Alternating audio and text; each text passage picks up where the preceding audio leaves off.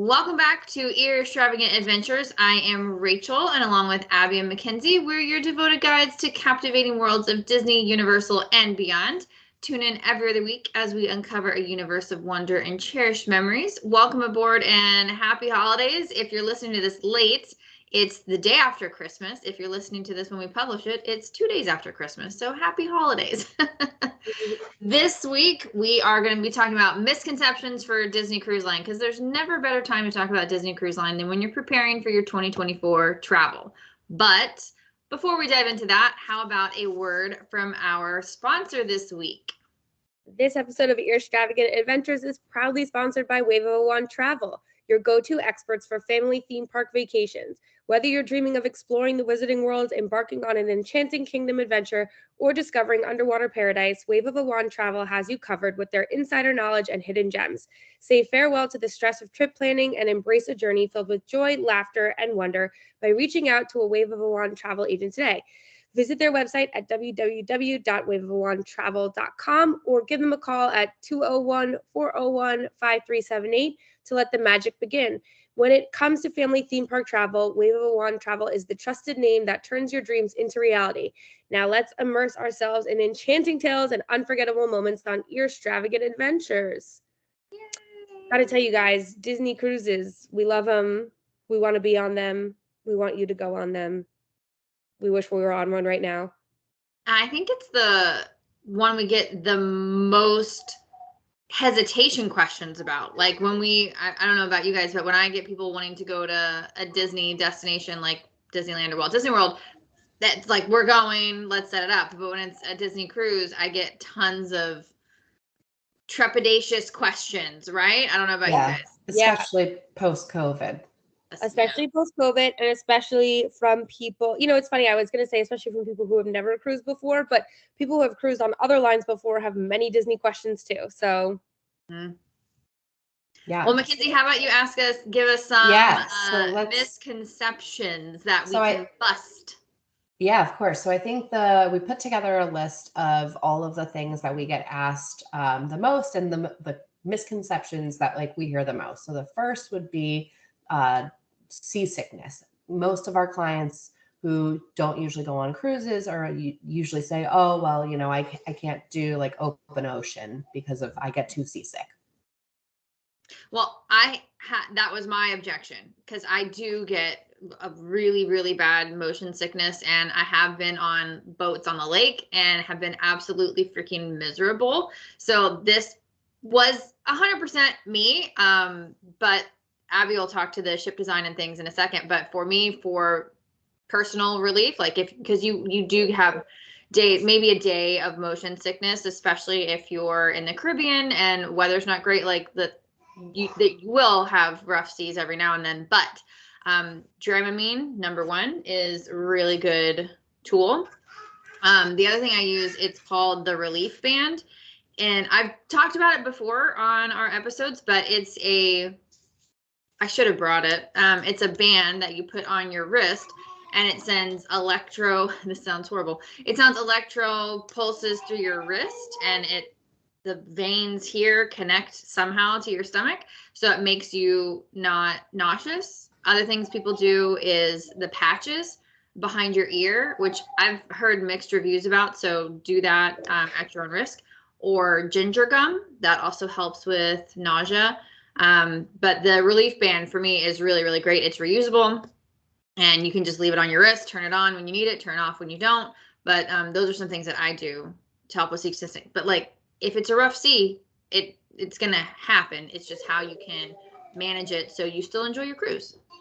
Also, that means that it's useful in Guardians of the Galaxy and cruise lines. So if you're doing land and sea adventures, you get your money's worth out of that one. Yeah, and I use it on the plane too. So that Relief Band was $200, and I have used it on every single flight, on roller coasters, on cruises. It's definitely paid for itself 100 times over. Basically, Relief Band needs to sponsor Rachel. Basically. At Rachel Plan Sissy. Yeah, I think that I get this one a lot too, and those are all good tips. I personally don't get seasick, so I am happy to have those. But what I do tell people is a lot of times when I hear this objection, it's like, oh, my mom took a cruise in the 70s and she got seasick, and now I'm afraid I'll get seasick. So things have definitely changed from the 70s. And I'm not saying that you won't get seasick. The ships have just been designed so that you are feeling the sea less on a normal day-to-day basis. I think there's definitely a getting used to adjustment. If you are sailing in August in the Caribbean, you might run into tropical storms. You probably will end up feeling those, or high winds, but the amount that you feel the actual sea is definitely been reduced by the way that cruise ships are designed now, especially the very big cruise ships. When you stay more midship, you hardly feel it at all. So that's another good tip. If you are worried about seasickness, booking a cabin room that's midship and not either too forward or too far aft can really help. I also think that it helps to get balcony rooms if you're concerned about being seasickness. I think being able to open the door, get a little bit of fresh air can be really helpful. I disagree with that. Oh, really? I agree with Abby.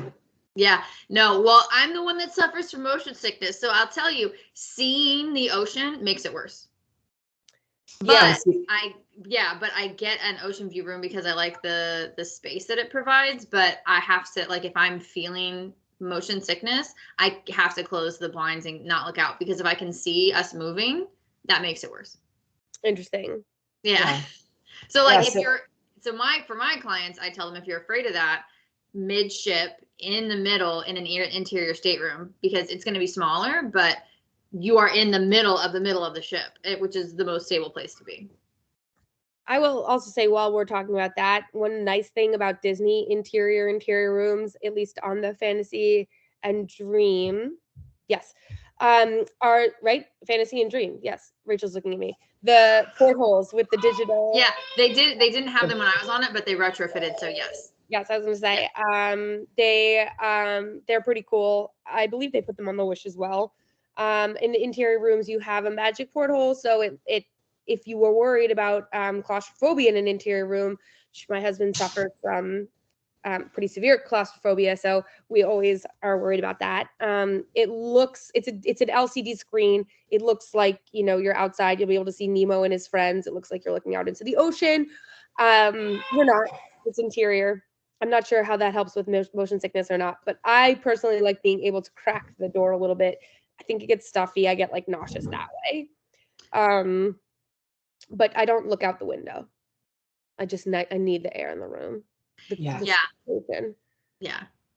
And everybody kind of has motion sickness differently too, but like mine, if I can see it, if I can, that messes me up. But other people, it's not as bad. But another tip that I do for my clients is, if they're worried about it, Alaska is where to start, because Alaska has really, really no open ocean time. The rest of it, it's just smooth up the pejorative of Alaska. So it's really smooth. And don't, as Abby said, don't go during hurricane season. In the Caribbean. Hurricane season, what starts in July and ends in September? Technically September, but yeah, I mean, I think it's gotten like bigger. I think even into November. Yeah. So if you're worried about that, we can help you talk about seasonality too. I mean, lots of people are restricted by the dates that they can travel, but if you can avoid summertime in the Caribbean, then that'll help too. Yes. And I also tell clients who are worried about this that one nice thing about, it's definitely a double-edged sword as far as the Disney itineraries go, but a lot of them are shorter cruises, right? You can do a 3-night sailing. It's a good way to, no pun intended, get your feet wet and then see how it goes from there. And there's so much to do in these ports that leave, we mostly are getting Caribbean sailings on Disney. You could combine it with a park visit. You could go out of Miami and do some sightseeing and beaching in Miami. So there's definitely ways to extend your vacation and still do a shorter sailing. See how it goes for you that way. Yeah, another good one. The other thing that I hear a lot, guys, are concerns about crowding and germs, especially post-pandemic life. Right. Yeah. So just a lot of the people, crowded. The food's not good. I don't want to be at a buffet. Disney does a great job handling that. another thing we've talked about is, boredom. So how would you say that Disney goes about handling, let's talk about food first. Well, I personally really like the food on Disney Cruise Line, and the adult dining specifically is amazing. But Yes. Abby and I were disagreeing earlier about the food quality at the buffet. I think the food quality, especially at the Wish, The Wish, buffet is good, and the Wish, and I think that one. the main dining. Okay, yeah, I think the buffet is they're really solid. Like, it's not a Vegas buffet, but it's not a Golden Corral buffet. So like somewhere in between. Yes. And the adult dining is spectacular. I liked the main dining rooms, but Abby did not. So Yeah, I mean, listen, I think this might be also one of those things that varies sailing to sailing from the feedback that we've gotten. It absolutely also will depend on where they're being able to dock. If you are on, and there's been a bunch of these lately, I know, if you are on a sailing where a planned port stop isn't able to happen, a lot of times they're planning on picking up like food during those ports. And so you might be getting, sort of like frozen food or the beach food. And I will say Disney did a really good job of like not letting us know that was the case versus some other cruise lines that we've been on. But I definitely noticed a difference there. But the buffet is good. And as far as people who worry about germs and buffets, Disney is not truly it is not a people are touching all the different kinds of food buffet. At the hot stations, there are Disney cast members helping to put food on plates. That is a change that happened for the pandemic and I don't think is going anywhere, which is great. I prefer that. Like, me too. Because one of my issues with the buffet pre-pandemic was buffets are gross. They're gross. So like having a cast member, and you can ask them like, if you're worried about, well, I can't get as much as I want. Okay, just tell the cast member to give you an extra. I would like some more. Yes. Oh, absolutely. The other big advantage to this is now being able to say to a cast member, hey, is this dairy free? Is this whatever? Everything is labeled, but there's tons of people, maybe you can't see the label. Being able to speak to someone before it goes on your plate is so helpful. The only station, if memory serves, that did not have someone like a cast member helping is like the cereal and fruit station. That was still, everyone was able to do it themselves, but everything else has a cast member, which is a huge way of preventing infectious disease spread. And not only that, they make you wash your hands before you go in. And when you leave. So yes, and it's an actual, well, at least on the Wish, I don't know, I don't remember on the Wonder, but it's like an actual hand wash. Yes. Yeah. And there's plenty of them. I felt like there was, enough where people couldn't bypass easily. Yes. Speaking of germs, before a child enters the Oceaneers Club, which is the kids club on every Disney ship, they are required to wash their hands, and it is an automated machine. It's brilliant. I think everywhere should have these where they stick their little hands in. Yeah, those are cool. And it washes them with like soap and water for 30 seconds. And when it turns off, they can take their hands out. So there's no way that they're not, doing it for long enough, or that they're not like getting into spaces they need to be getting into, which really helps a lot. And then there are, your sanitation stations or drones, as I think of them always, having ridden Rise the Resistance during the pandemic everywhere. You can Purell to your heart's content. Yes. And they give you also like Clorox wipes when you're entering in the restaurants. Yeah, that you could wipe down the tables. They are, of course, doing that, but I think there is a bit of like being able to. So. Yeah, I agree. They handle germs really well. And I was talking to somebody about this the other day. I have gotten sick more in a hotel room than on a cruise. I've never gotten sick from a cruise, and I've been on several. But I've gotten sick in many hotel rooms. So the parks. Yeah, and the parks. It's like the cleanliness standards in on the cruise, I feel like is the best because you are in an enclosed space with the same people. You'll see your stateroom attendants cleaning your room multiple times, and they clean it. Like you walk in and you can smell cleaner. So like they are. If you're worried about cleanliness, don't worry about it at Disney Cruise. Worry about it more at Walt Disney World or Disneyland. Yeah. Well, and that's great segue into my next question for you. So I feel like a lot of people are talking about, crowds and boredom. So let's talk about crowds on a Disney Cruise Line versus, the parks, for example. What are your thoughts? Yeah, it's weird because it does and it doesn't feel crowded. It does feel crowded when like the shows get like every night they have a show and there's 2 show times and they coincide with your dining time. So that feels really crowded because everybody is going to and from the same things. Or like the pirate show, which is where they do the fireworks, or the beginning and end when they have like these little shows. Like that feels crowded. But the rest of the time, save for the Disney Wish, I will circle back to the Disney Wish, but save for the Disney Wish, the rest of the day you feel like you have plenty of space. There's not crazy lines to meet characters. The pool, you're able to find a place to sit. The spa, you're able to get appointments. Like I feel like on a Disney cruise, when it's not a showtime or main dining time, you feel like it's not a capacity cruise. Abby, what do you think? I agree with that. I would say the only other time it starts to feel crowded is if the weather is bad and so everyone is confined to those indoor spaces. Yeah. But other than that, the way that the ships are designed is that there's something for everyone to do. There's more than one character greeting at a time. So to Rachel's point, I think it definitely like naturally spreads the crowds out. Even on days the ship is docked, not everyone will get off the ship. So if you are really worried about that, that's also like a nice time to take advantage of the cruise ship activities themselves if you are not getting off at a particular port. I also think that like one of the things that interested people, I think for those who don't know, cruising has come back in strong force post-pandemic. It's more popular probably than it was before at this point. And I think one of the things for Disney cruises that people have been attracted to is that as Genie Plus rolled out, as all of these articles came out that Disney is very crowded, more crowded than ever, more complicated than ever, people are turning to Disney cruises as a way to get like some of that magic without the rush. And I think, yes, there are points where it's crowded, but you're not waking up at 7 a.m. to make your reservations to beat the crowds. And so there is like there's something in that too.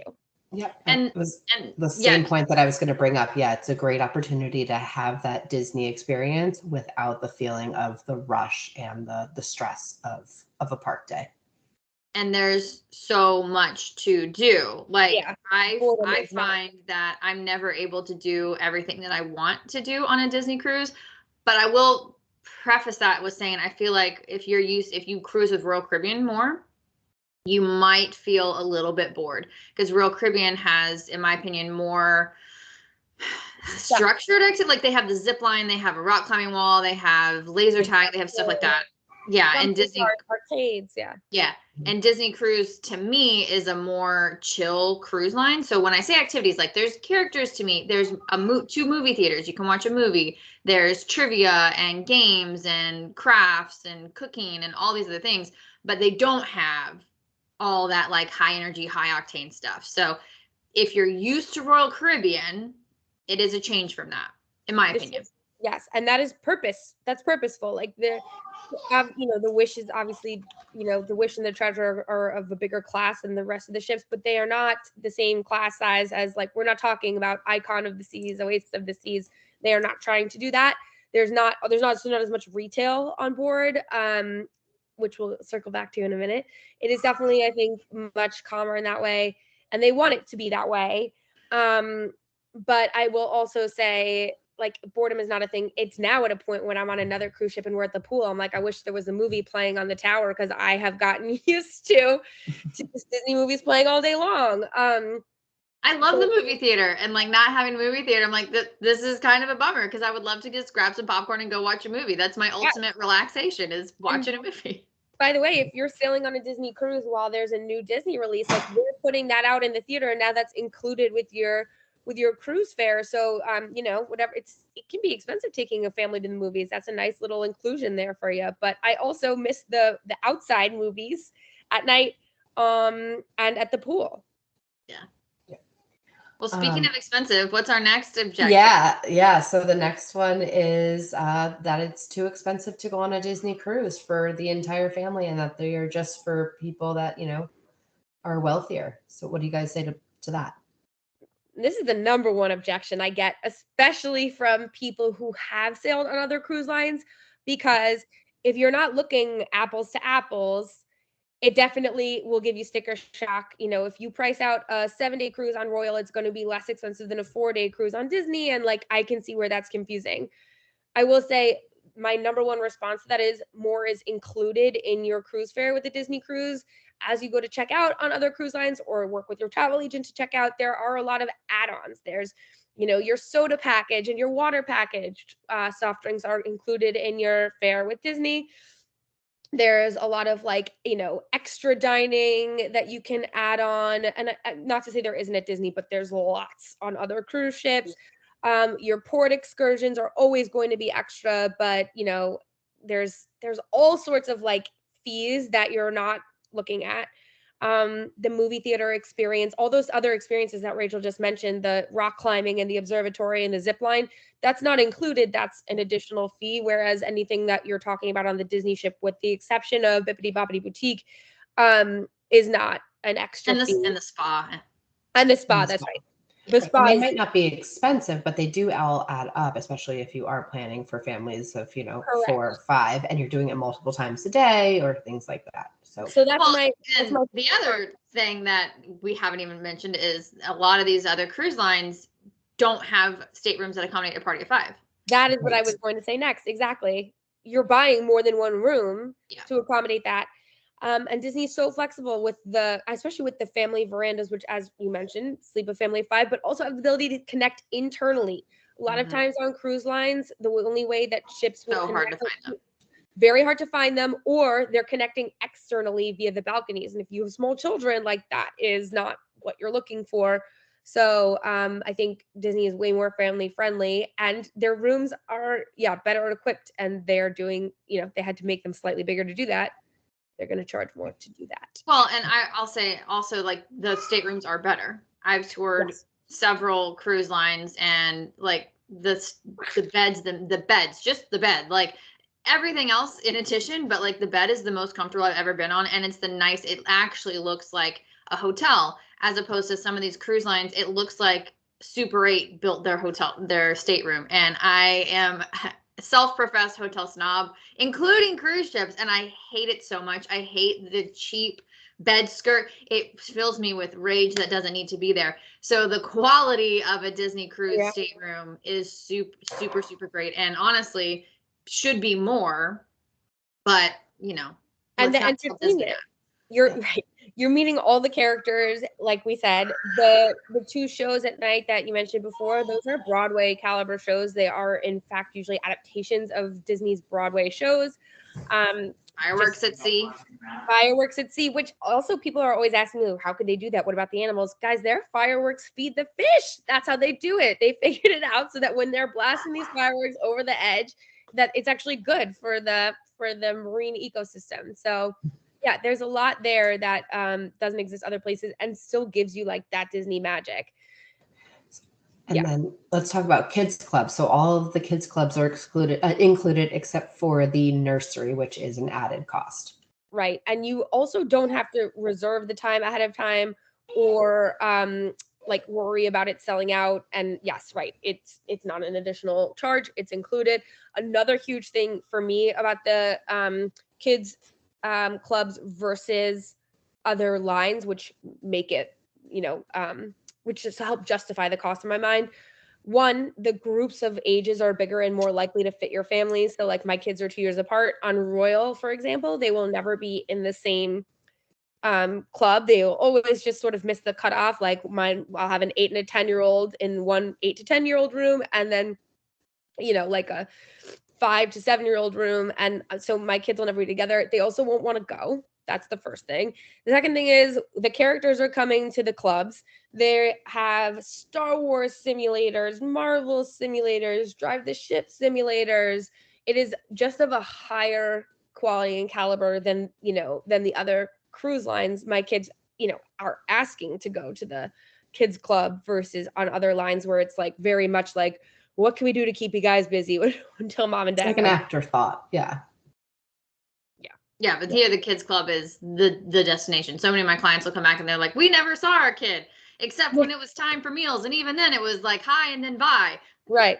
Yeah. Well, And like great, when your you kids pick are them up, having a can great you bring me time. back? They're doing this thing today, or Stitch is coming with us to make slime. Like there is just so much happening. And these character greetings too are like much more like in depth, I think, than the ones you're getting, in the park. So Yeah, agree. I wanted to circle back to the cabins. So we talked about how the beds were comfortable. What's the difference between bathrooms and things like that? yes, thank you for reminding us, Mackenzie. The split bathroom in the family veranda, that is ginormous. So instead of one door to, everything you'd need in the bathroom, Disney has split it out so that there's a sink in one bathroom and then your shower and toilet in another, so that you could be getting kids ready at the same time. Someone can be brushing their teeth while someone else is using the toilet.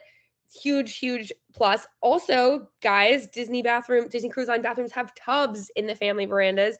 This is one of the questions I get most for families traveling with little children wherever they're going is, will I have access to a tub? Generally on cruises, you don't. You have a stand-in shower. So this is definitely a nice addition, I think, for family travel. And there's tons of storage. I never really have an issue with storage. You can fit your luggage underneath the bed, which great storage. Now, I mean, all the staterooms, any cruise stateroom is going to be pretty tight unless you're in a suite, like the expensive point. The expensive suites, those have lots of space, but the regular rooms, they have a good amount of size in terms of cruise staterooms. And the pull-out sofa beds, solidly comfortable. Yeah, and the bunk bed too, which the stateroom attendant can open for you. And the TVs play basically every Disney, Marvel, Star Wars movie that you could possibly imagine. It's a small TV, but it has a huge library. So if you want to just sit in your stateroom all day and watch your own movie and popcorn, you can watch basically anything from the Disney library. Which you can do with your 24-hour, 7 days a week room service as well. If you want a Mickey bar, room service yourself a Mickey bar. Yep. If you want cookies and milk every night before bed, you can do that. Mm-hmm. But I just reiterate, the bed is like a pillow cloud heavenly machine. I love it so much. I sleep so well on a Disney cruise bed. It's amazing. Yeah, they're great, honestly. Rock you to sleep.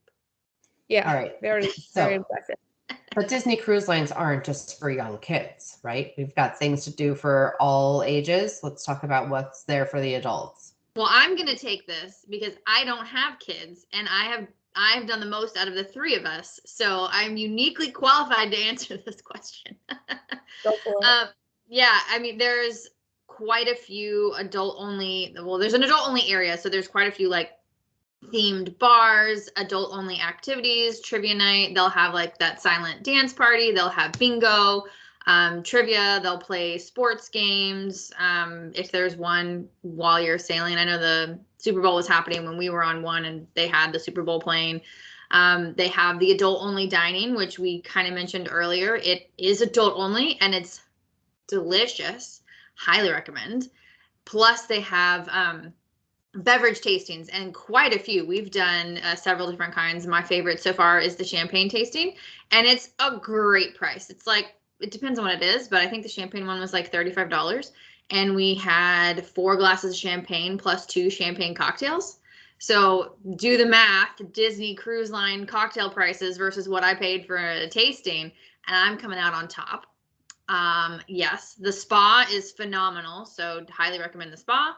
There's also an adult only area of the pool, which is really nice and quiet.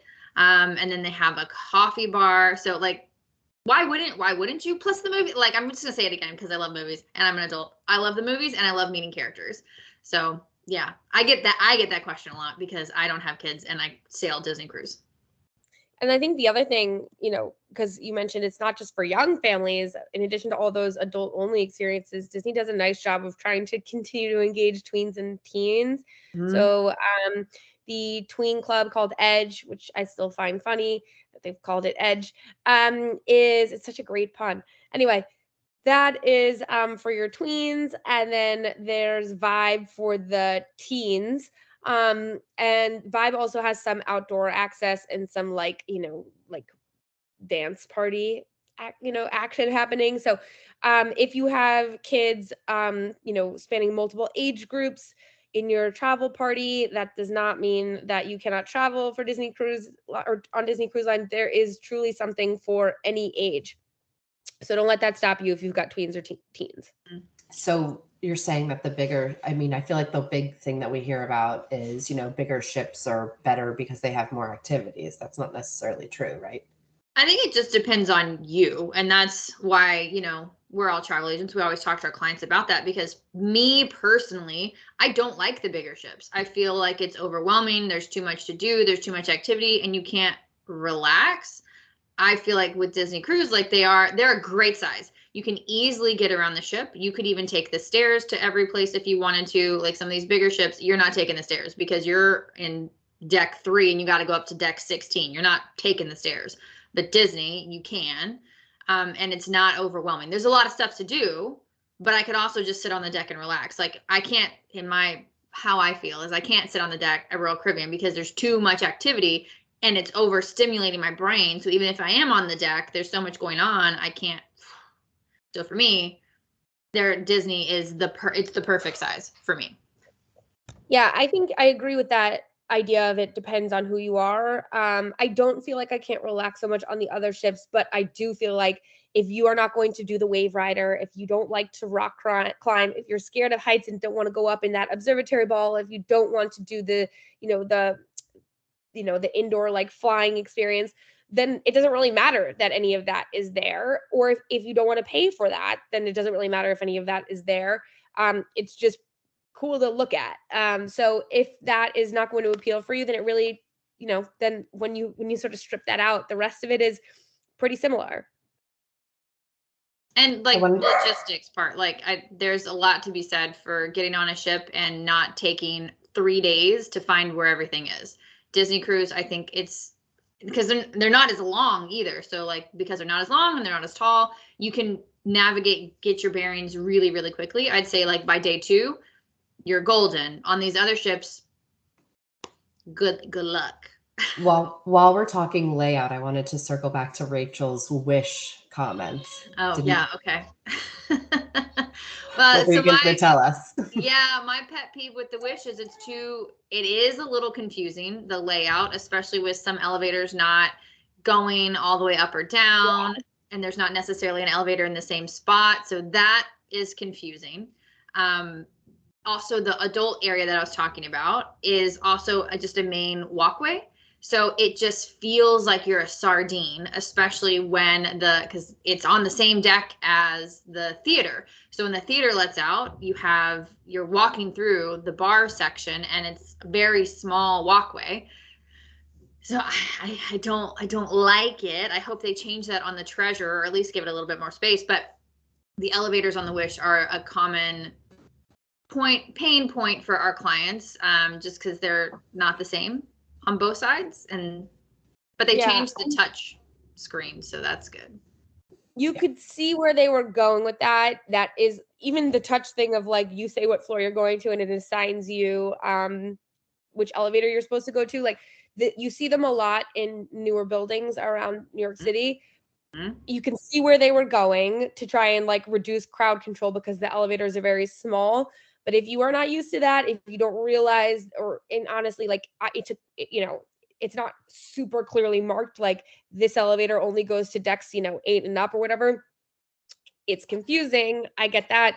I'd like to think that like maybe, once you have like like you said, Rachel, it takes only a couple of days to like sort of lay the land, but the elevators are small. Like even if you know which ones you're using, the elevators are small. That's my big complaint. Like you might end up walking just because you're waiting a beat for an elevator and then it comes and you can't fit on it. So that's definitely a consideration, I think. And before you ask us the last one, Mackenzie, we mentioned the shopping. This could be good or bad. There's basically only Disney shopping on board. The Wish has more. The Wish has they all have jewelry, but the Wish also has like a Pandora section, and one of the Dream has Tiffany on board. I like the shopping on Disney Cruise better because it doesn't feel like a flea market. On Royal Caribbean, I feel like the shops are put together really cheaply and the merchandise is really cheap. So I don't know. What do you think, Abby? I like the shopping on Disney Cruise. There's not a ton of it, but what it is quality. Yeah, and honestly, like again, and I'm not going on the ship to shop. I also feel like there's way less pressure in the stores on Disney because that's not a real like source of like money for them. Yes, there are some items, people who want Disney merch are going to go in. There's so much pressure I find in the other places if you go to browse. And even, the TV channels with like, this is everything you need to know about watches and this is everything you need to Leave me and alone. if you are in the market for a watch and you are, not going to be, or a timepiece, as my husband would say, and you are looking, to like not pay, the taxes or get the duty free stuff, you're probably going to do that in the port anyway, not on the ship. So like for me, I don't love the cruising on other ships. I think it is weird that there's so much of it. And all those like fast casual like restaurants that you'll see on other places, like to grab a slice of pizza on other ships, that's extra money versus like the fast casual places that you see all around the Disney ship being included. So I basically avoid the atrium and main deck other than walking through them on other ships. And that's not the case on Disney. So I feel great about that. But yeah. All right. So when do you guys book your cruises? Are we, a lot of our clients have like misconceptions on like when is the best time to book? Yeah, let's bust the myth that you're going to get a last minute deal because that no is last absolutely deal, not. people.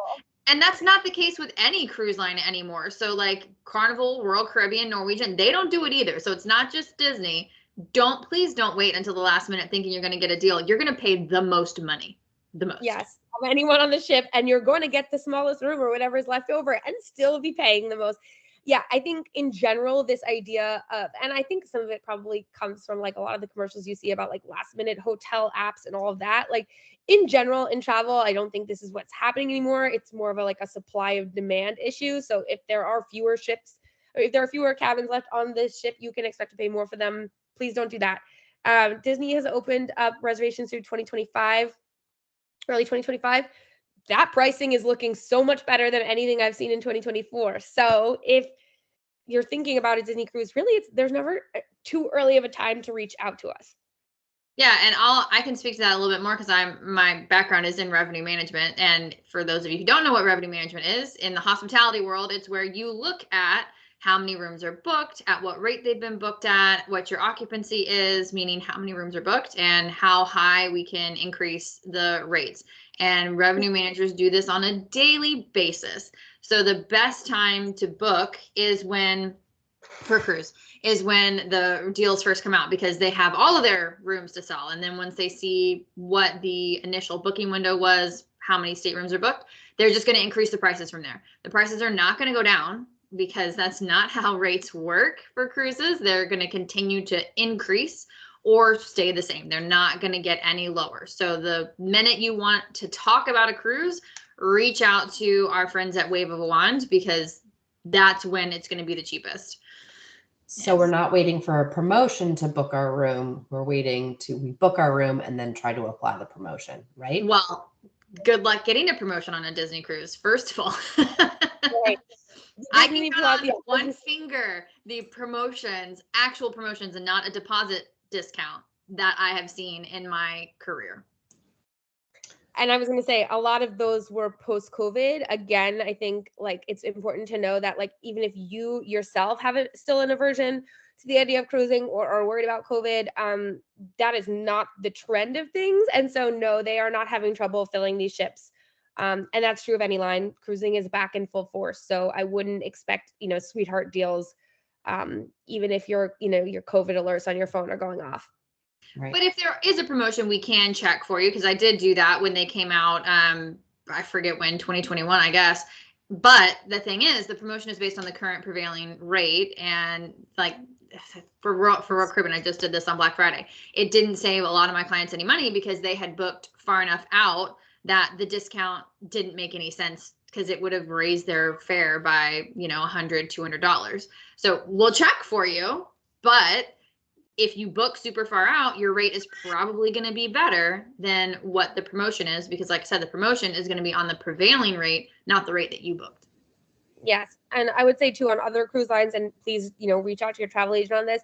There are more promotions on other cruise lines, but not all promotions are as good as others.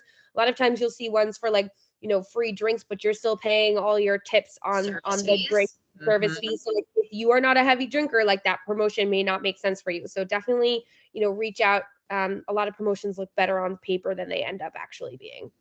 Yeah, and I did the math for Royal Caribbean. If you're on a 7-night cruise, to get the drink package, you have to have 7 drinks a day, including your arrival, departure, and port days. I don't know about you ladies, but I am not drinking 7 drinks a day. I am a maybe 1 or 2 cocktail, 1 or 2 glasses of wine every other day kind of person. So those never make sense for me. Yeah. And even when they're free, again, you're still paying something on them. So possibly hundreds of dollars, depending on how long your cruise is, and service fees. So it's like, I just would rather just order a drink and tip my server the way I want to tip my server. So right. Or wait for a promotion, not wait for a promotion, but leverage one of the promotions for onboard credit or some of the other things that the cruise lines will provide. So yes. All right. So we're not waiting to see if more availability comes up, because that's not a thing. Yep. No. And so we're not waiting for promotions either, because either they're not happening or they're few and far between. And we are forgetting about last minute deals. Yes. Wiping them from the brain. Yeah. Like a Men in Black eraser. They don't. Yeah, exactly. Any other misconceptions or any like tips that we want to talk about for Disney Cruise Line specifically?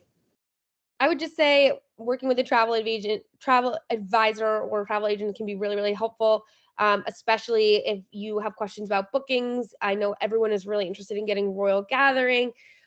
Those are really hard to snag. Disney Cruise Line, in my opinion, the way that the check-in language is written can be confusing if you're not super familiar with the Castaway Club levels and things like that, as to figuring out when you will be able to book your onboard activities.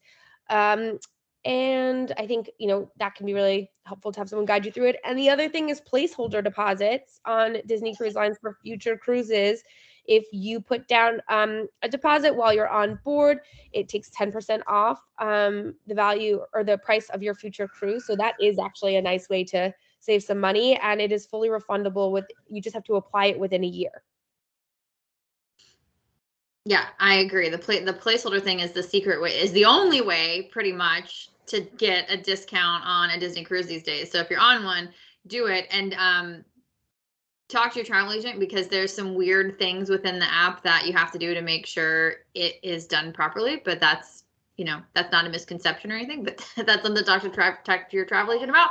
But highly recommend reaching out to our friends at Wave of One Travel to book your next Disney cruise or any Disney trip, but since we're specifically talking about Disney cruise, because they are experts in that and can help you with all of your questions that we didn't answer here. But I hope this was helpful. I don't have any extra tips. Mackenzie, do you have any extra tips? No, I think just try it out for yourself. Yeah. Go on one. That's super. Yeah. And like Abby said at the beginning, if you're worried about a cruise but still want to go, there are 3 and 4 nights. And those are great intro cruises. To be honest, they're not too long that you have to really worry about long-term motion sickness and weather and all this other stuff. So get your feet wet with a 3 or 4 night, and then come back to us when you're ready to do the longer ones. But going on a 7 Alaskan day. Yeah, exactly. But thank you so much to our friends at Wave of One for sponsoring this episode. And make sure you like, share, subscribe, comment, all the things, so you can stay up to date with all of our Disney fun. And we will talk to you guys soon. Bye. Bye.